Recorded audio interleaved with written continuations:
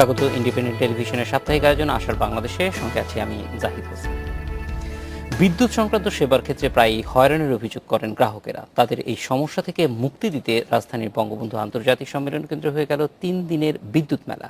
এতে বিনা ভোগান্তিতে বকেয়া পরিশোধ ও নতুন সংযোগ নিতে পেরেছেন গ্রাহকরা। বিদ্যুৎ ও জ্বালানি সংক্রান্ত নানা তথ্যের সেবাও দেয়া হয়েছে এই মেলায়। বিদ্যুতের নতুন সংযোগ পেতে মাসের পর মাস অপেক্ষা করতে হয় সাধারণ মানুষকে। সেই সঙ্গে আছে বিদ্যুৎ কর্মীদের ঘুষ নেয়ার অভিযোগ। এই হয়রানি থেকে মুক্তি পেতে বিদ্যুৎ ও জ্বালানি মেলায় ভিড় করেন সাধারণ গ্রাহক। মেলায় গ্রাহক সেবা কেন্দ্র খোলে বিদ্যুৎ বিতরণ কোম্পানি ডিপিডিসি। একসঙ্গে বিভিন্ন সেবা পেয়ে খুশি মানুষ। অ্যাপ্লিকেশন করছিলাম আরও 3-4 মাস আগে, তো ওরা বিভিন্ন প্রবলেম দেখাইছে, যে কারণে আমার ওইটা নেওয়া পসিবল হয় না আজ পর্যন্ত। তো এই কারণে আমি এই মেলার জন্য অপেক্ষা করতেছিলাম, যে মেলায় আসছি শুধুমাত্র এই কারণেই। তাৎক্ষণিকভাবে বিদ্যুৎ সংযোগ দেওয়া হচ্ছে, যেটা অফিসে গেলে 5-7টা মিনিমাম কর্মদিবস আমাদের ঘুরতে হয়। মেলায় অংশ নেয় দেশ বিদেশের বিভিন্ন প্রতিষ্ঠানের 292টি স্টল। গ্রাহকদের কাছাকাছি আসতে পেরে খুশি এসব প্রতিষ্ঠানও। এত ভিড় হবে আমরা ভাবি নাই। আপনারা দেখতে পাচ্ছেন গ্রাহকের সমাগম, যেহেতু আমাদের জায়গা সংকুলন আছে, এই জন্য আমরা হয়তো একটু সময় লাগলেও তারপরে কিন্তু সব গ্রাহককে আমরা সেবা দিতে সক্ষম হচ্ছি। ভূতাত্ত্বিক জরিপ হচ্ছে, ড্রিলিং হচ্ছে, ড্রিলিংয়ের পরে তেল বা গ্যাস সংগ্রহ হলে সেটা ডিস্ট্রিবিউশন হচ্ছে, এবং জনসাধারণ যাতে এটা সঠিকভাবে ব্যবহার করে সেই জন্য যে অ্যাওয়ারনেস ক্রিয়েট করা, সচেতনতা ক্রিয়েট করা, সেটা হচ্ছে এই বিদ্যুৎ জ্বালানি সপ্তাহের মাধ্যমে। বিদ্যুৎ ব্যবহারে সাশ্রয় ও সচেতনতা বাড়াতে এ ধরনের মেলা নতুন মাত্রা যোগ করবে বলে আশাবাদী সংশ্লিষ্টরা। কায়কোবাদ আকবর, ইন্ডিপেন্ডেন্ট নিউজ, ঢাকা। এ বিষয়ে আলোচনার জন্য স্টুডিওতে আছেন বিদ্যুৎ, জ্বালানি ও খনিজ সম্পদ প্রতিমন্ত্রী নসরুল হামিদ, পরিকল্পনা কমিশনের সদস্য শামসুল আলম ও সিপিডির গবেষণা পরিচালক গোলাম মোয়াজ্জেম।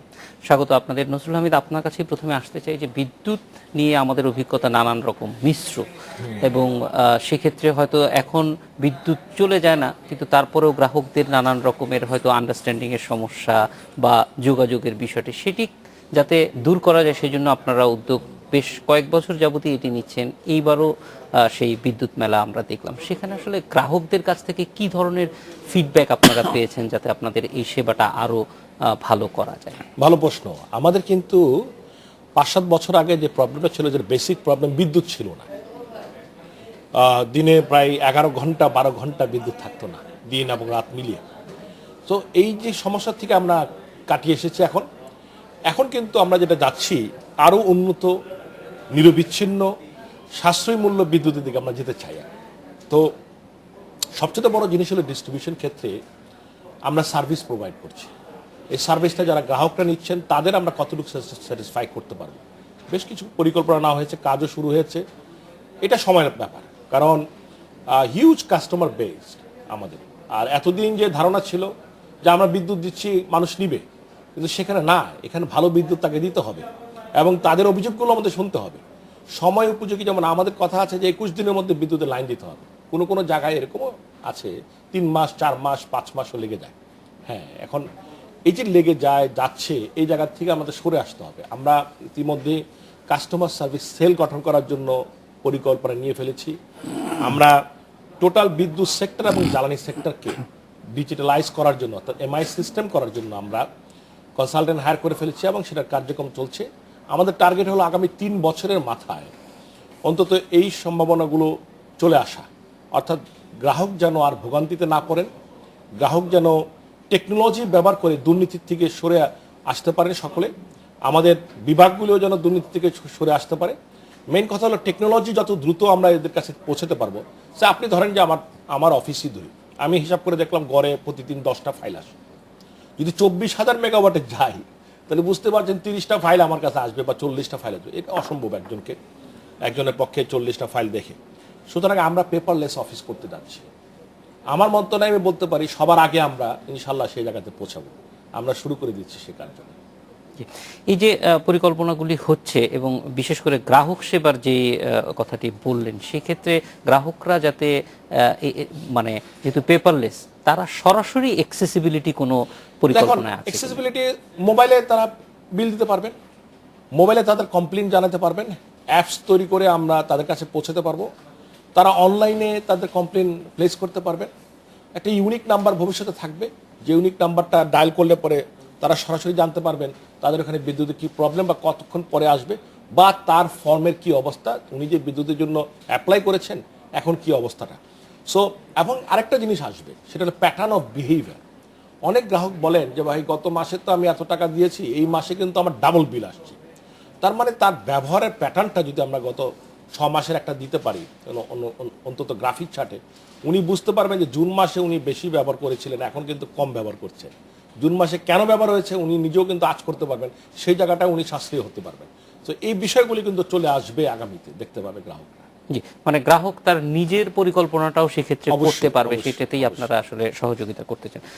শামসুল আলম সাহেব, আপনার কাছে যেতে চাই। দুটি বিষয় আমার কাছে মনে হয়েছে যেটি হয়তো বিদ্যুৎ মন্ত্রণালয় কাজ করছে। একটি হচ্ছে কম পয়সায় এবং ভালো বিদ্যুৎ। ভালো বিদ্যুৎ বলতে অবশ্যই গ্রাহক চায় যে কম পয়সায় নিরবিচ্ছিন্নভাবে তার বিদ্যুৎটা আসুক, এবং সেখানেই কিন্তু একটা বড় ব্যাপক কর্মযজ্ঞ এবং সেখানেই পরিকল্পনা। কারণ আমরা জানি যে এই যে বিদ্যুৎ একটা সময় ছিলই না, সেখানকার থেকে এখন আমরা অন্তত বলতে পারি যে বিদ্যুতের যতটুকু প্রয়োজন ততটুকু দেয়া যাচ্ছে। কিন্তু এই যে ভালো এবং কম পয়সায় হতে হলে হয়তো পরিকল্পনাটা অন্যরকম হতে হবে, স্ট্যাবলিশমেন্টটা অন্যরকম হতে হবে।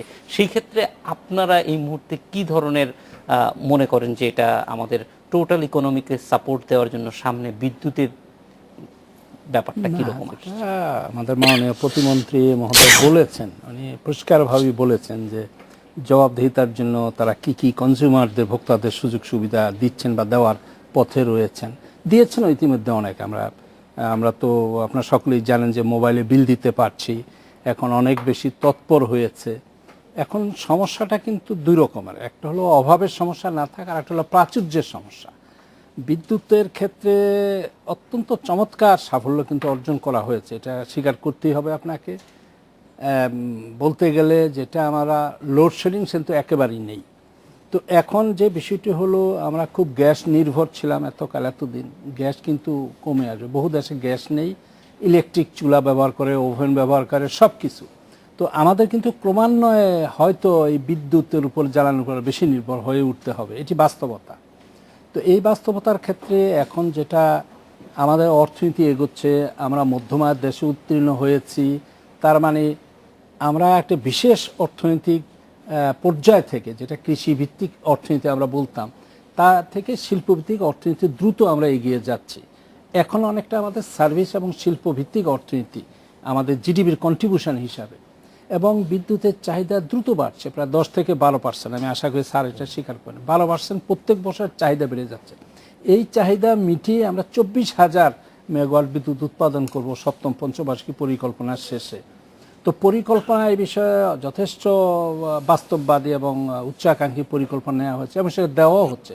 বড় বড় বিদ্যুৎ প্রকল্প আসছে, যেটা আমাদের দেশে অতীতে ছিল না। 1300 মেগাওয়াট আণবিক, রূপপুর আণবিক দুটাতেই আসবে 2400 মেগাওয়াট। তা আমাদের যেটা মাতার বাড়িতে হচ্ছে সেটা 1350 মেগাওয়াট করে এক একটা। তো তার মানে সরকারি পরিকল্পনার দিক থেকেও এক ধরনের বাস্তবমুখীনতা আছে, এটা আপনাকে স্বীকার করতে হবে। আমাদের যে এই উদ্ভূত এখন নতুন প্রয়োজন এনার্জির চাহিদার, একটা হলো আমাদের এনার্জি গ্যাস খাত থেকে তত হয়তো আমরা দেশজ গ্যাস থেকে দিতে পারবো না, সেটা বিদ্যুতে পূরণ করতে হবে। তো সেক্ষেত্রে কনজিউমারদের এখন আপনি যেটা বলেছেন, পাওয়া তো হলোই, এখন আমরা মানসম্মত পাওয়া চাই, অর্থাৎ ভোল্টেজ ফ্লাকচুয়েট না করুক, আমরা নিরবচ্ছিন্ন চাই, আমাদের লাইনগুলো জ্বলে না যাক। তো এটাও সত্য, আমাদের যে পরিকাঠামোটা আছে বিদ্যুতে, এটি কিন্তু কিছুটা সেকেলে হয়ে আছে।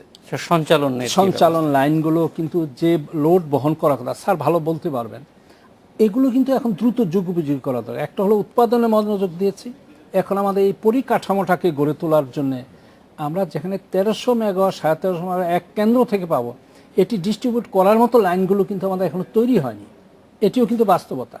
তো উৎপাদনও যাচ্ছি, আমার এই বিতরণ ব্যবস্থাটা উন্নত করতে হবে। বিতরণ ব্যবস্থা উন্নত হলেই গ্রাহকরা মানসম্মত বিদ্যুৎ পাবেন, এটা আমি মনে করি। এবং এই বিষয়ে এখন আমরা দ্রুততর আমার দৃষ্টিভঙ্গিটা বিতরণের দিকে আমরা নিবদ্ধ করব। মোসেম সাহেব, আপনার কাছে আসতে চাই যে ব্যবসায়ীদের দিক থেকে কিন্তু সবসময় বলা হচ্ছে যে আমরা যে ব্যবসা সম্প্রসারণের ক্ষেত্রে বা শিল্প স্থাপনের ক্ষেত্রে তাদের সবচেয়ে বড় যে চাহিদা সেটি হচ্ছে জ্বালানি এবং বিদ্যুৎ। এই বিষয়গুলি যদি যথাযথভাবে দেয়া হয়, সরবরাহ করা হয়, তাহলে তারা হয়তো শিল্প স্থাপনে আরও দ্রুত শিল্প স্থাপন করতে পারবেন। তো জ্বালানির ক্ষেত্রে আমাদের একটা বিষয় যে চাহিদা অনুযায়ী যোগান এখন হচ্ছে, কিন্তু সেটা শিল্পের ক্ষেত্রে যথেষ্ট কিনা।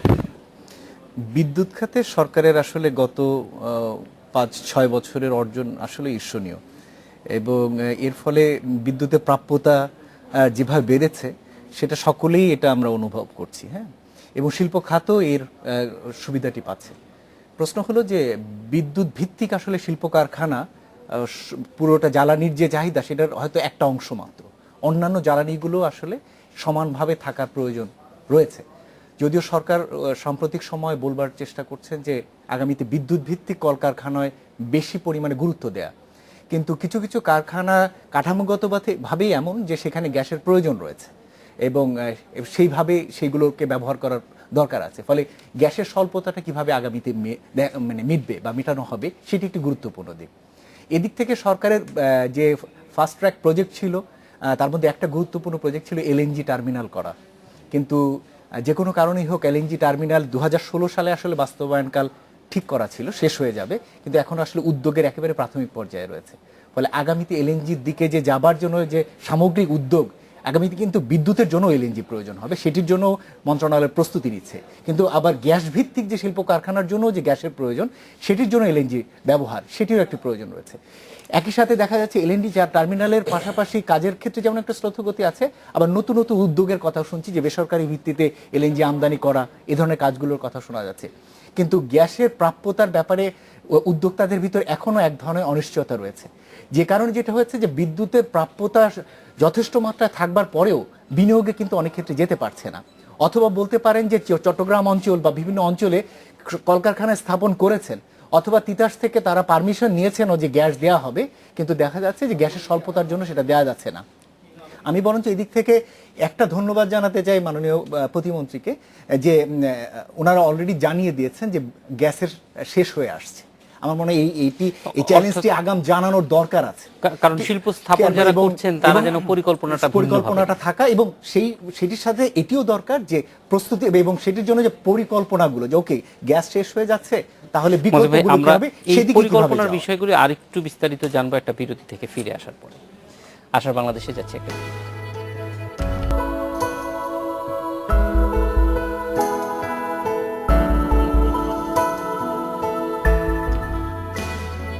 স্বাগত আরেকবার, দেখছেন আশার বাংলাদেশ। নসরুল হামিদ, এই যে পরিকল্পনাগুলি নেওয়া হচ্ছে এবং সেক্ষেত্রে মোয়াজ্জেম ভাই যেটা বললেন যে ব্যবসায়ীরাও যাতে তাদের পরিকল্পনার ক্ষেত্রে জ্বালানি এবং বিদ্যুৎ এই দুইটার উৎসগুলি কি হবে, কিভাবে ব্যবহার করবে, সেটাও তাদের পরিকল্পনার মধ্যে থাকে, এটি আসলে আপনাদের মন্ত্রণালয় থেকে কিভাবে ফ্যাসিলিটেট করা হবে যাতে আমার মনে হয় আরেকটু ব্যাখ্যা করে বলতে পারি আমাদের কি কি কাজ হচ্ছে। আমরা ইতিমধ্যে গত সপ্তাহের আগের সপ্তাহে আমরা প্ল্যানিংয়ে আমাদের একনেকের মিটিংয়ে আমরা পাশ করালাম ডিপসি পাইপলাইন, যেটা সিঙ্গেল মোরিং পাইপলাইন বলা যায়। ডিপসির থেকে পাইপলাইন হবে, ডিপসির থেকে বা জাহাজ থেকে তেল নিয়ে সোজাসুজি আমাদের টার্মিনালে আমরা পৌঁছে দিব। এতে যেখানে 11 দিন এখন সময় লাগে, সেখানে এখন সময় লাগবে 48 দিন। পিলফেরের যেটা হতো, আমরা বছরে ওখানে লস করতাম প্রায় $100 মিলিয়ন, এখন $100 মিলিয়ন আমরা সেভ করতে পারবো। এই সেভিং দিয়ে আমরা যে পরিমাণ টাকা আমরা এখানে ব্যয় করতে যাচ্ছি 5 বছরে, এটা আমাদের উঠে আসতেছে। সো এখানে একটা আমূল পরিবর্তন হচ্ছে। আমরা ইস্টার্ন রিফাইনারিকে ডাবল ইউনিট করছি। এখনকার ক্যাপাসিটি হলো 1.5 লাখ টন, 1.5 মিলিয়ন টন, আমরা এটাকে নিয়ে যাচ্ছি 3 মিলিয়ন টন। অর্থাৎ যে ক্রুড, যেই ফিনিশ অয়েল আমরা আনতাম, এখন ক্রুড এনে ফিনিশ অয়েল নিজের দেশে তৈরি করে আমরা সাপ্লাই দিতে পারবো। এতে আমাদের বিশাল বড় ফরেন এক্সচেঞ্জ বেঁচে যাবে। আরেকটা বড় জিনিস হলো আমরা এলপিজি ব্যবহারে যাচ্ছি গৃহে, বিশেষ করে আবাসিক খাতে আমরা ব্যাপকভাবে এলপিজিকে নিয়ে আসছি, যাতে আগামী 3 বছরের মাথায় অন্তত 70% আবাসিক খাতে যেন জ্বালানি আমরা মিট করতে পারি। তবে এখানে একটা প্রাইসের ব্যবধানটাকে ঠিক করতে হবে, অর্থাৎ প্রাইসের বিভিন্ন ডিফারেন্স আছে। ধরুন গ্রামে একটা সিলিন্ডার ব্যবহার করতে গেলে তাকে যে ব্যয় করতে হয়, শহরে একজন কাস্টমারকে ব্যয় করার জন্য তার কিন্তু সেই টাকাটাও সেরকম পরিমাণ লাগে না, কারণ তাকে বেশি দিতে হয় না, কারণ তার কাছে যে আয়, সেই আয় দিয়ে সে 2টা সিলিন্ডার কেনার মতো সামর্থ্য রাখে, কিন্তু গ্রামে কিন্তু সেই সামর্থ্য রাখে না। সো এই জায়গাটাই আমরা চিন্তা ভাবনা করে একটা আমরা অ্যাকশন প্ল্যান তৈরি করছি আগামীতে আমরা কিভাবে প্রতিটি গ্রাহক ক্ষেত্রে আমরা যেন সাশ্রয়ীভাবে তাকে জ্বালানিটা দিতে পারি। এটা আমার আগামী দিনের একটা বড় চ্যালেঞ্জ হবে এবং আমি আশা করছি আগামী 3 বছরের মাথায় ইনশাআল্লাহ সেই জায়গাটা আমরা পৌঁছাতে পারব। আমরা কিন্তু দেখেছি ঢাকার বিভিন্ন জায়গায় যে মিটার সিস্টেম করা হয়েছে গ্যাসের, আমি একটু শেষ করি। মিটার আমরা কিছু শুরু করেছি, গ্যাসের মিটার, কিন্তু গ্যাস তো থাকবে না, তো গ্যাস মিটার দিয়ে কি হবে মনে করেন ভবিষ্যতে যদি আমি এভাবে ধরি। কিন্তু এটাও বেশ তারপর positive আমি দেখলাম। চিন্তা করি যে আমরা গ্যাস মিটার দিচ্ছি, কমার্শিয়ালি তো প্রায় সব জায়গায় গ্যাস আছে, ইন্ডাস্ট্রি ক্ষেত্রেও আছে, তবে আমরা অন্যদিকে যেতে চাই, আমরা লিকুইড ফুয়েলের দিকে যেতে চাচ্ছি। আমরা মনে করছি যে pipe gas, wastage of gas huge পরিমাণ, 12% আমাদের ন্যাচারাল গ্যাসকে নিয়ে যাচ্ছে, 12%। এই 12% যদি আমি শিল্পতে দিতে পারতাম, এটা রিটার্ন হতো না হলে 66%। আমি যদি 12% বিদ্যুতে নিতে পারতাম, তাহলে আর না হলো আমাকে প্রায় 21,000-22,000 কোটি টাকা আমি এখানে সেভ করতে পারতাম বছরে। হিউজ লাভ। সিএনজিতে যে পরিমাণ গ্যাস আমরা ব্যবহার করছি, আমি মনে করি এইটাও বিরাট একটা ওয়েস্টেজ। আমরা সিএনজিকেও যদি আমরা এই 6%-7% গ্যাস আমরা সিএনজিতে ব্যবহার করি, এটার অল্টারনেটিভ ফুয়েল আছে আমাদের কাছে, তেল আছে আমাদের কাছে, অকটেন আছে আমাদের কাছে, সবই আছে আমাদের কাছে। সো এটাও যদি আমি বিদ্যুতে নিয়ে আসতাম, তাহলে একটা হিউজ মনে করেন এক এরকম ক্যালকুলেশনে থাম রুলে বলতে পারি প্রায় 50-60% অতিরিক্ত আমরা বেনিফিট পেতাম। সো এই বিষয়গুলি আগামী দিনের বড় চ্যালেঞ্জ, যেগুলিতে আমাদের ফুয়েল প্রপার ম্যানেজমেন্ট প্ল্যানিংটা আমাদের আগামীতে দরকার, যেটা নীতিমালাটা আমরা তৈরি করছি। আমরা জানাতে চাই যে যারা ইন্ডাস্ট্রি করবেন আগামীতে, যারা ব্যবসা করতে যাচ্ছেন, যারা কমার্শিয়াল ইউজ করবেন, আগামীতে আপনাদের ফুয়েল জায়গাতে আপনারা কীভাবে প্ল্যানিংটা করবেন, সেভাবে আমরা আগামী ধরেন 2-1 সপ্তাহের মধ্যে আমরা একটা নীতিমালা বের করতে যাচ্ছি মাননীয় প্রধানমন্ত্রীর অনুমতিক্রমে। আমরা চাচ্ছি যে সেই অন্তত ইন্ডাস্ট্রি যারা ইনভেস্টমেন্ট করবেন তারা যেন বুঝতে পারেন যে আমার ফুয়েলটা আগামীতে ইন্ডাস্ট্রিতে কী হবে, এলএনজি হবে নাকি ন্যাচারাল গ্যাস যেটা আমরা পাচ্ছি আমাদের গ্যাস হবে, সেই বিষয়গুলো। একটা বিষয় মনে রাখা উচিত যে আমরা কিন্তু ব্যাপক বিরাট একটা সময় নষ্ট করেছি, অর্থাৎ সেই নষ্টের সময়টা কোথায়? সেই সময়টা হলো বিএনপি জামাত জোটের সময়। 5-6 বছর সেই সময় কোনো ডেভেলপমেন্ট হয়নি, যদি বলতে গেলে 1 ছটাক বিদ্যুৎ উৎপন্ন হয় নাই, ফিউয়েলের ক্ষেত্রে কোনো চিন্তা ভাবনা করা হয় নাই, যত্রতত্রভাবে সিএনজিকে পারমিশন দিয়ে নিজেদের ন্যাচারাল গ্যাসটাকে নষ্ট করে দিছে। এবং সেই সময় আপনারা শুনে থাকবেন যে অনেক সময় বলছেন কিন্তু তারা যে সারা বাংলাদেশ গ্যাসের মধ্যে ভাসছেন, তার মানে তাদের কোনো সার্ভিস, তার কোনো সার্ভে, কোনো রেজাল্টও তাদের কাছে ছিল না, তাদের কোনো আইডিয়াও ছিল না যে গ্যাস কতটুকু আছে নিজের দেশের মধ্যে। সো সেই জায়গায় না ডেভেলপমেন্ট করার খাতে সেই 5 বছর কিন্তু আমাদের 20 বছর পিছিয়ে দিচ্ছে। আমরা কিন্তু কাভার আপ করছি, শেখ হাসিনা সরকার কিন্তু কাভার আপ করছে, সে 20 বছরকে কাভার করে সামনের দিকে এগিয়ে যাচ্ছে। এই বিষয়টা কিন্তু মাথায় রাখতে হবে। স্যার, এই যে কাভার আপ করার ক্ষেত্রে আমরা জানতে চাচ্ছি যে পরিকল্পনা এইটা কি আলাদাভাবে, যেমন আমরা জানি যে সপ্তম পঞ্চবার্ষিকী পরিকল্পনা আছে, সেটার মধ্যে কিভাবে অ্যাকোমোডেট করা হবে যাতে প্রাইভেট এন্টারপ্রেনিয়ররাও সরকারের যে পরিকল্পনা আছে সেইটার সঙ্গে তারা তাল মিলাতে পারে? না, এটা তো পরিকল্পনা, যেটা মাননীয় প্রতিমন্ত্রী মহোদয় বললেন, এটা সেক্টরাল প্ল্যান, সেক্টরাল স্ট্র্যাটেজি, এটা এই মানে সংশ্লিষ্ট মন্ত্রণালয়ই করবেন। আমরা যেটা সপ্তম পঞ্চবার্ষিক পরিকল্পনা করছি সেটি একটি সমন্বিত পরিকল্পনা সমগ্র দেশের জন্য, সমগ্র খাতের জন্য। তো এটা খাতভিত্তিক একটা পরিকল্পনা, যে বলেছেন আমাদের গ্যাসের বা আমাদের বিদ্যুতের ভবিষ্যৎ কোন দিকে আমরা যাচ্ছি, এলএনজি ব্যবহারে কি করব, এগুলো নিয়ে একটা নীতিমালা হতে যাচ্ছে এবং সেটাই যথাযথ সেক্টরাল যেটা আসবে। আর আমরা যেটা বলতে পারি সেটা হলো, আমরা চাচ্ছিলাম যে বিষয়টাকে আমরা গুরুত্ব ষষ্ঠ পঞ্চবার্ষিক পরিকল্পনা দিয়েছিলাম যে আমাদের প্রায় 85% বিদ্যুৎ জেনারেশন হতো এক সময় এই গ্যাস থেকে। এটা প্রচুর কিন্তু একটা অপচয় আমরা ভেবেছি। পৃথিবীর এখনও অনেক দেশে কয়লাভিত্তিক বাদ দিয়েছে, তারপরও প্রায় 37% বিদ্যুৎ উৎপন্ন হয় কয়লা থেকে, যেখানে আমাদের কয়লা থেকে উৎপন্ন হয় 3.5%। এখন এটা আরও কমে আসছে। হ্যাঁ, তো এটা আরও কমে আসছে কারণ আমরা ওই গ্যাসের উপর নির্ভরতা বেড়ে যাওয়ায়। তো এই বিষয়টা যেটা হলো যে আমরা যেটা চাচ্ছি সমন্বিত পরিকল্পনা হিসাবে, যে আমাদের ডাইভার্সিফাই করা দরকার এই এনার্জি সোর্সটাকে। আমরা বিদ্যুৎ উৎপাদন শুধু গ্যাস নির্ভর হওয়াটা কিন্তু ঝুঁকিপূর্ণ। হঠাৎ গ্যাস থেমে গেলে বা শূন্য হয়ে গেলে বিপদে পড়ে যাব। এটাকে দ্রুত আমাদের কয়লা ভিত্তিক যেতে হবে, সেটা আমদানি হোক বা দেশজ হোক। তো এটাকে ডাইভার্সিফাই করতে হবে, এলএনজিতে যেতে হবে, আমাদের ওই যেটা লিকুইফাইড গ্যাস সেটাতে যেতে হবে। এই বৈচিত্র্যটাকে আমরা জোর দিয়েছি আমাদের পরিকল্পনায়। জ্বালানির ক্ষেত্রে বৈচিত্র্য আসলে পরে হয়তো এইটার অনেকখানি সমাধান হবে। আমরা একটা বিরতিতে যাব, বিরতি থেকে ফিরে এসে আমরা আসার বাংলাদেশে একটা বিরতি।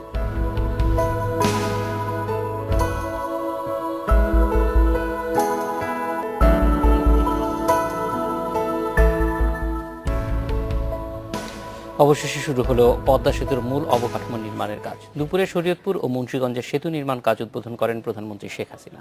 এই সেতু প্রকল্প সরকারের নিজস্ব অর্থায়নে বাস্তবায়ন করা সবচেয়ে বড় প্রকল্প। 2018 সালের মধ্যেই সেতুটি চালু করার আশা করছে সরকার। এই সেতু হলে দক্ষিণাঞ্চলের সঙ্গে সারা দেশের যোগাযোগ সহজ হবে। বিশ্বব্যাংকের সাথে টানাপোড়েন, শঙ্কা আর নানা বিতর্ক সবকিছুকে পেছনে ফেলে অবশেষে দৃশ্যমান হতে যাচ্ছে স্বপ্নের পদ্মা সেতু। শরীয়তপুরের জাজিরায় আর মুন্সিগঞ্জের মাওয়ায় নদী শাসন ও মূল সেতুর কাজ উদ্বোধন করলেন প্রধানমন্ত্রী শেখ হাসিনা। নিজেদের টাকায় এটি হবে প্রথম সেতু। সেতুটি চালু হলে কর্মসংস্থান হবে হাজারো মানুষের, বিশ্বব্যাপী নেটওয়ার্কের সাথে যুক্ত হবে বাংলাদেশ, বললেন প্রধানমন্ত্রী। শত বাধার মুখেও আজ বাংলাদেশ এটা প্রমাণ করেছে যে হ্যাঁ, বাংলাদেশ নিজেও পারে, যেটা সবথেকে বেশি প্রয়োজন ছিল। কারো কাছে ভিক্ষা চেয়ে নয়, হাত পেতে নয়, আমরাও যে পদ্মা সেতুর মতো এরকম একটা বিশাল সেতু নিজস্ব অর্থায়নে নির্মাণ করতে পারি, সেই যোগ্যতা যে এবং কর্মক্ষমতা বাংলাদেশ যে অর্জন করেছে, এটাই হচ্ছে সবথেকে বড় কথা। প্রধানমন্ত্রী জানান, নির্দিষ্ট সময়ের মধ্যেই শেষ হবে এই সেতুর কাজ। বিশ্বব্যাংক মিথ্যা অভিযোগ না তুললে এটি আরও আগে নির্মাণ হতো বলে জানান তিনি। আজ পর্যন্ত তারা কিন্তু প্রমাণ করতে পারে নাই যে এখানে কোনো দুর্নীতি হয়েছে, এবং এমনকি এটা নিয়ে কানাডায় মামলা হয়েছে, এবং কানাডা কোর্ট এখন ওয়ার্ল্ড ব্যাংককে নির্দেশ দিয়েছে যে কি কি দুর্নীতি হয়েছে সেগুলি তাদের জানাতে। 1 বছরের প্রস্তুতি পর্ব শেষে মূল সেতুর পাইলিং শুরু হওয়ায় সন্তুষ্টি জানিয়েছেন পদ্মাপাড়ের মানুষরাও। জমি জমাতে দুঃখ না, আমাদের চলাচল ঢাকার জন্য যোগাযোগ হয়েছে, আমরা এতে প্রধানমন্ত্রী খুব খুশি। আমাদের যুব সমাজের অনেক কর্মসংস্থানের সুযোগ হয়েছে। সেতু বিভাগ বলছে গত 1 বছরে পদ্মা সেতুর 27 ভাগ কাজ শেষ হয়েছে। 2018 সালের মধ্যেই শেষ হবে পুরো কাজ। Jannatul Ferdousi, independent news, Dhaka. মজিম ভাই, আপনার কাছে একটু প্রথমে আসতে চাই যে এই যে এত বড় প্রজেক্ট, সরকার নিজস্ব অর্থায়নের সবচেয়ে বড় প্রজেক্ট এখনো পর্যন্ত, এটা অর্থনীতির জন্য কি বার্তা বহন করছে? প্রথমত হলো যে পদ্মা সেতুর নিজস্ব যে বাস্তবায়ন, এটি দীর্ঘদিনের, এবং এটির ফলে যে ধরনের সংযোগ তৈরি হবে দেশের ভিতরে এবং আন্তঃআঞ্চলিক পর্যায়ে অন্যান্য দেশের সাথে, সেটির মাধ্যমে দেশের অর্থনীতিতে তার একটা পজিটিভ ইম্প্যাক্ট পড়বে। সেটি সরকার নিজস্ব অর্থে করছেন, এটি আরেকটি পরিচয় নতুনভাবে যে বড় আকারের প্রজেক্টগুলো সরকার নিজস্ব অর্থ করতে পারছেন, এরকম একটা বিষয় দ্বারা দেখা যাচ্ছে।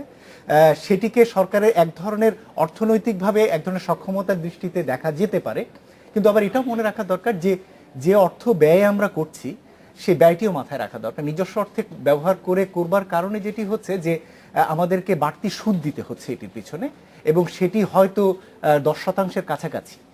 যদি আমরা এটি যদি বৈদেশিক উৎস থেকে কম সুদে পেতে পারতাম, যেটি বলা হচ্ছিল 0.75%, তাহলে এই ব্যয়টি অনেক কম পড়তো। এখন আমরা যখন প্রায় আলাপ করছি যে কি রিটার্ন আসবে, রিটার্নের পাশাপাশি যদি আমরা কস্টের আলাপটি করতাম কি ব্যয় হবে এবং সেই ব্যয়টি উঠে আসবে কিনা, তখন হয়তো আরেকটি অন্যরকম চিত্র এখানে আসতে পারত। যেমন দেখুন, যে পদ্মা সেতু বাস্তবায়ন করে যে টাকাটি তুলে আনার বিষয়, সেটি মূলত এর উপর দিয়ে যে যানবাহন যাবে তার টোল চার্জের উপরে। এখন যখন 0.75% সুদ ধরা ছিল, তখন যে টোল চার্জ হতো একটি গাড়ির উপরে, এখন যখন এটি 10 বা 11% হবে, তখন কিন্তু টোল চার্জ অনেক বেশি হয়ে যাবে। 11%টা বুঝতে পারলাম না কোথা থেকে আসবে। বৈদেশিক উৎস থেকে যখন আমরা নিচ্ছি, বিদেশি ডলারে যখন আমাদেরকে পে করতে হচ্ছে, তখন সমপরিমাণ টাকা আমাদের নিজস্ব অ্যাকাউন্টে তৈরি করতে হচ্ছে, এবং সেটি যেহেতু করতে হচ্ছে, তখন আপনাকে ওটার আপনি একটা হিসাব করতে হবে যে কত বছরের মাথায় গিয়ে আপনার পেমেন্ট। হ্যাঁ, আগে কারণ আপনার এখন আমাদের কত ডিপোজিট আছে কত, ধরেন আমার এখানে একটা ভ্রান্তি আছে। তার মানে আমি 3 লক্ষ টাকার যে বাজেট, 1 লক্ষ টাকার যে ডেভেলপমেন্ট বাজেট করলাম, আমি 10% সুদ গুনবো নাকি? তাহলে তো আমার ব্যয় করার সামর্থ্য থাকে না। আমার কথাটা সেই জায়গাটাই, আপনারা যে হিসাবটা করছেন, বিদেশি ঋণ নিচ্ছি, আমাদের মোট দেশজ আয়ের মাত্র 1.57%। সেইটা হয়তো 2%, 1% সুদ, বাকি সব বিনিয়োগ তো আমরাই করছি। তো তার মানে করে 10% ধরে বললে তো একটা বিরাট ফিগার এসে আমাদের আমাদের সমালোচনা করতে আমি- হবে। আমি বিশ্বব্যাংকের সাথে আমি আমাদের- এখানে মানে আপনাকে এখানে আমি একটু আমি শেষ- objection আমি একটু যদি objection শেষ কেন করি দিচ্ছি তাহলে- যে আপনার সম্পূর্ণ হিসাবটাই ভুল। না, আমি এই কারণেই বলছি Premise টা wrong। যে একদম আমাদের নিজস্ব আগে যেভাবে অর্থায়নের আপনি- বিষয়টি ছিল, সেখানে বৈদেশিক উৎস থেকে আমাদের অর্থ ব্যবহারের যে প্রাক্কলনটা ছিল এবং নিজস্ব অর্থে সেখানে আমরা তো যেটি ছিল, বৈদেশিক উৎস থেকে ব্যবহার করছি না। হ্যাঁ, সে কারণেই করছি না যে আপনি আমরা কিভাবে ধরছেন যে না, এখানে 10 সুদ আমরা হবে যেহেতু থেকে? 10% কোত্থেকে হবে আমি এটা বুঝলাম না। আমরা যেহেতু তাহলে নিজেদের আমাকে এই বিষয়টা ফরেন বুঝান। আমরা যখন বুঝা। ফরেন আমার কারেন্সিতে একটা- পে করছি, আমি যখন- 99 লক্ষ ডেপুটি টাকা ইস্যুটা না 99 লক্ষ টাকা এত কম, সেখানে আপনি কিভাবে বুঝালেন যে 10% আমার সুদ দিতে হবে? না না আমার আমি যেহেতু এক আমাকে না, আমার কথা বৈদেশিক- এখানে কিন্তু আমি এই ফরেন জিনিসটা এক্সচেঞ্জে স্পষ্ট। যখন আমাকে পে যে এই করতে ধরনের হবে, ভ্রান্ত premise টা ইনফরমেশন wrong। দিয়ে দর্শকদেরকে কনফিউজ করা না তো আমার মানে হয় না। না, আপনি আমার কথাটা শুনেন তাহলে। না, না। যেহেতু আমাদেরকে ফরেন কারেন্সিতে পে করতে হবে, কাকে তাহলে pay এটা- করতে হবে? আমার মানে টাকা আমি আমাদের খরচ করছি। বিদেশি কাকে পে করতে হবে কাকে? না, বিদেশি যাদেরকে চাইনিজ কোম্পানিগুলো যারা এখানে কাজ করছে হ্যাঁ, দিব, তাদেরকে যে তো- টাকা আমাদের আছে সেই টাকাই আমরা দিব। কিন্তু আপনার টাকাটা কিন্তু আপনি ফরেন এক্সচেঞ্জ যেটি আছে সেখান থেকে ব্যবহার করবেন, যেটি আসলে সে ব্যালেন্স কত বছরে ব্যবহার করবো আপনি বলেন তো? সেটাই নির্ভর করছে যে এটা না, না, গভর্নমেন্ট না, আসলে কি আমাদের চিন্তা করছে না, না, সেটার উপর নির্ভর আমরা করছে। যদি ব্যবহার করি, আমাদের এখন $27 বিলিয়ন আমাদের রিজার্ভ আছে। হ্যাঁ, এবং এটি You know, কিন্তু এটা- আপনার- এটা এটি এই $27 বিলিয়ন আমাদের রিটার্ন আমাদের you know that? এই It's a 27 0.25% to আমাদের 3% স্যার একটা যদি আমি mindset বিদেশের হলো, কোনো অ্যাকাউন্টে আপনি- যদি রাখি, সাত- আমরা সুদ পাবো কত? এই সাত- less than 1%। 27 বিলিয়ন So আমি যদি এটাকে ইনফ্রাস্ট্রাকচারে আপনি 27 আমি বিলিয়ন যদি- ডলার মূলত আপনি ব্যবহার করবেন হচ্ছে আপনার বৈদেশিক লেনদেনের জন্য। আমি আপনি যখন এটিকে আলাদা করে আমি যখন- ইকোনমিক্সের ছাত্র প্লিজ আপনি যতক্ষণ আমি পর্যন্ত আপনাকে এটিকে বলি বিনিয়োগের জন্য আলাদা না করতে দুটো জিনিস আপনাকে চিন্তা করতে হবে। বৈদেশিক লেনদেনের টাকাটি আপনি আমাদের আলাদা সেন্স করে কিন্তু দুইভাবে নিচ্ছেন কাজ করে। এখানে। একটা কাজ করে এলো ব্যবসায়িক মনোবৃত্তি কিভাবে কাজ করব, অ্যানাদার মনোবৃত্তি কাজ করে যে আমরা পলিটিক্যাল ওয়েতে আমরা কি ধরনের গেইন পাবো। আপনার টোটাল হিসাবটা হলো অডিটরদের মতো আপনি হিসাব করছেন। এই জন্য আমরা কিন্তু সেই হিসাব এই জন্য কিন্তু যারা এই- করে কি, না। আমি একটা কথা কিন্তু বলি, আমার বক্তব্য যারা ব্যবসা করেন, আমার বক্তব্য তারা যদি কোনোদিন- শুনে আপনি বক্তব্য যারা দেন, ব্যবসা সুবিধা হবে। করেন তারা বিজনেস ডেভেলপমেন্টে কখনো অডিটর লোককে বসান না, কারণ তারা সবসময় খাতায় ওই হিসাব দেখতে চান টাকা আছে কিনা, তাহলে কোনোদিন আর ব্যবসা আগে বাড়বে না। আপনার টোটাল হিসাবটাই রং। আপনার $27 বিলিয়ন আপনার রিজার্ভ আছে। এটি হলো You আপনার are going balance, to pay from your side. এটা আমার হচ্ছে কথা ব্যালেন্স, হলো, এটা balance not of only পেমেন্টসে that, আছে এই টাকাটি। এবং এবং আপনার এই টাকা- টাকাকে আপনার বৈদেশিক লেনদেনের প্ল্যানিং টাকার জন্য এ ব্যবহার আছেন। করবেন। আমি আপনাকে কথা বলি, প্রতি বছর এই আপনার টাকা টাকাটি- এসে সংযোগ হচ্ছে। আপনি এই নট টাকা- অনলি দ্যাট, আপনি যখন ব্রিজটা করবেন, এই ব্রিজের সাথে ইকোনমিক ডেভেলপমেন্ট যাতে হবে, অবশ্যই যে পরিমাণ ক্যাশ ফ্লো না, না, না, সেটি তো সেগুলি অবশ্যই। আপনি ক্যালকুলেশন না সেটা করে আপনি অনেক- কিভাবে বললেন সেই জন্য- যে একটা স্ট্যাটিক না, ইনভেস্টমেন্টে এটাকে- আমি 10% ইন্টারেস্ট দিব। আর যে কোনো এটা তো- project- না, যে কোনো যদি আপনি project- সেই ক্যালকুলেশন যে করেন, কোনো project তাহলে এর এটা দুটো বিষয় কোনো থাকে। প্রজেক্টই বাংলাদেশে ভাইবল না, না, হবে যে না। কোনো project- আমরা আমি এই একটু তথ্য দেই। আমি একটু জি, আমি জি, একটু না, শেষ বলা করি। যে হয়েছে কোনো- না, না, না, আমার শোনেন, শেষ হয়নি। আমি বলি। যে কোনো প্রজেক্টের যে 10% দুটো যেটা বিষয় বলেছেন, থাকে, এটা বলা হয়েছে। সেই দুটো বিষয়ে আপনি একটা দিকে সবচেয়ে বড় জিনিস হলো 10% আচ্ছা, কিভাবে না, আমরা আমরা একটা ওনার বিরতি- 10% আমরা একটা আমি একটু বিরতি ব্যাখ্যা থেকে দিই, ফিরে শোনেন। এসে আমরা একটু 28,000 জানতে চাইবো যে একটু শোনেন। সত্যি 10 28,793 কোটি টাকার মধ্যে মূল মেইন ব্রিজে খরচ হবে মাত্র 12,000 কোটি টাকা, 12,000 যেটা চায়না ব্রিজ পাবে। বাকিটা কিন্তু দেশজ। কাজে আমি 10% বলে একটা হাওয়া দিয়ে তোর বাবা মক্কা শরীফ না, না, না, কিন্তু এটা তো- এই ধরনের সমালোচনা না, না, হবে। না, জি, কিন্তু আমরা এটা একটা তো বিরতি ঠিকই থেকে আছে যে ফিরে এসে 10% আমরা আপনি চায়না যাচ্ছি। ব্রিজকে পে করবেন, তাই? আশার বাংলাদেশে যাচ্ছে একটা বিরতি।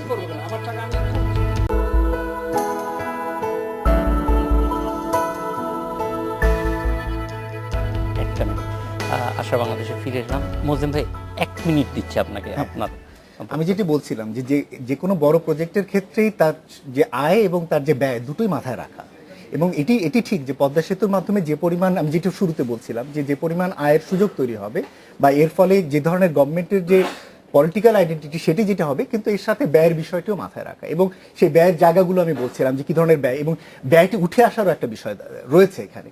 সেই উঠে আসার ক্ষেত্রে যে জায়গাগুলো সেটিও আমাদের যেন মাথায় থাকে সেটি। কিন্তু এটি ঠিক যে পদ্মা সেতু বাস্তবায়ন হলে শুধুমাত্র দক্ষিণাঞ্চলের সাথে সংযোগ তৈরি হচ্ছে তা না, কিন্তু এটি এশিয়ান হাইওয়ের অংশ হবে এবং এটি ভারতের যে উত্তর দক্ষিণ সংযোগ, যেটি পূর্ব পশ্চিম সংযোগের কথা, সেটিরও একটি পার্ট হবে। ফলে সেখান থেকে এটি রিটার্ন আসবে, ফলে লং টার্মে রিটার্নটি অনেক বেশি হবে।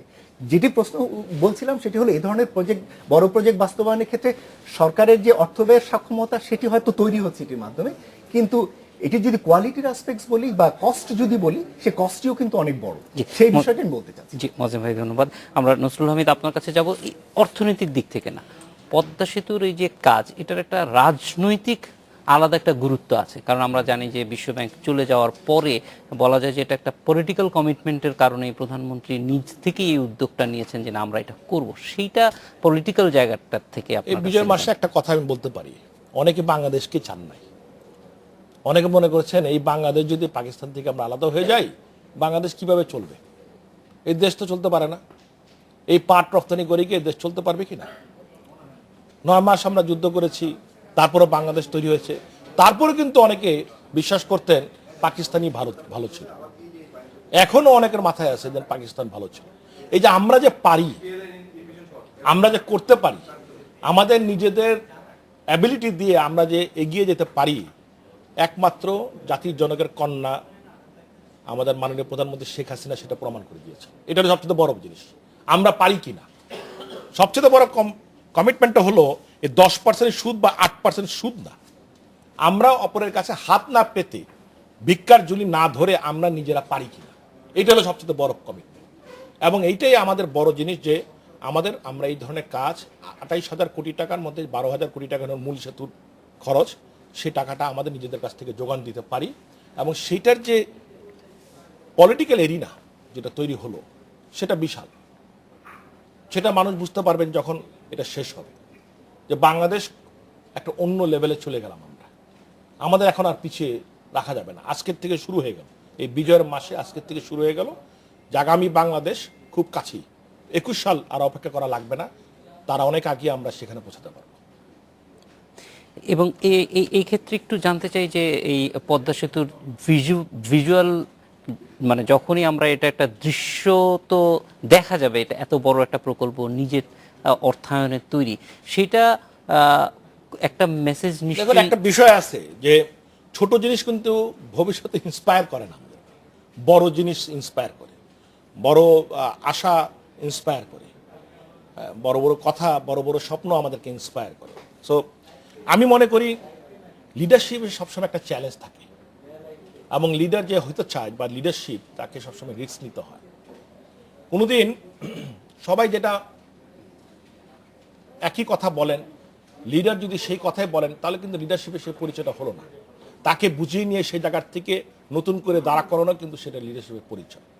পদ্মা সেতু কিন্তু কেবলমাত্র একটা সেতু না, আমি মনে করি পদ্মা সেতু আরও অনেক বড় জিনিস আমাদের জন্য। এবং আমাদের সামনের দিকে যে আমাদের স্বপ্ন, মধ্যমায়ের দেশ হব, বিশ্বের আমরা একটা উন্নত দেশ হবে, আমি মনে করি সেই জায়গায় উঠার জন্য পদ্মা সেতু আমাদের কাছে একটা বড় ইন্সপায়ার্ড যুগ তৈরি হলো আর কি। এবং আমরাও মনে হয় যে পদ্মা সেতুর মধ্য দিয়েই মানুষকে ওই বিশ্বাসটাও দেওয়া যাবে যে আমরা আসলে এরকম বড় কাজ করতে পারি, বড় বড় প্রকল্প নিতে পারি। আপনাদের তিনজনকে অনেক ধন্যবাদ আজ আমাদের সঙ্গে। এবং ওই বিশ্বাস আর মনিটরি মূল্যায়ন করা যায় না, সুদের হার দিয়েও ব্যাখ্যা করা যায় না। ওই বিশ্বাসটার এত মূল্য যে সুদের হারও ব্যাখ্যা করা যাবে না। অবশ্যই শেষ পর্যন্ত ওই বিশ্বাসটা দিয়েই আসলে আমাদের সামনে এগিয়ে যেতে হবে, এবং সেটাই হবে মূলধন। আপনাদের তিনজনকেই অনেক ধন্যবাদ। এই ছিল আজকের আশার বাংলাদেশে, আমন্ত্রণ আমাদের পরে।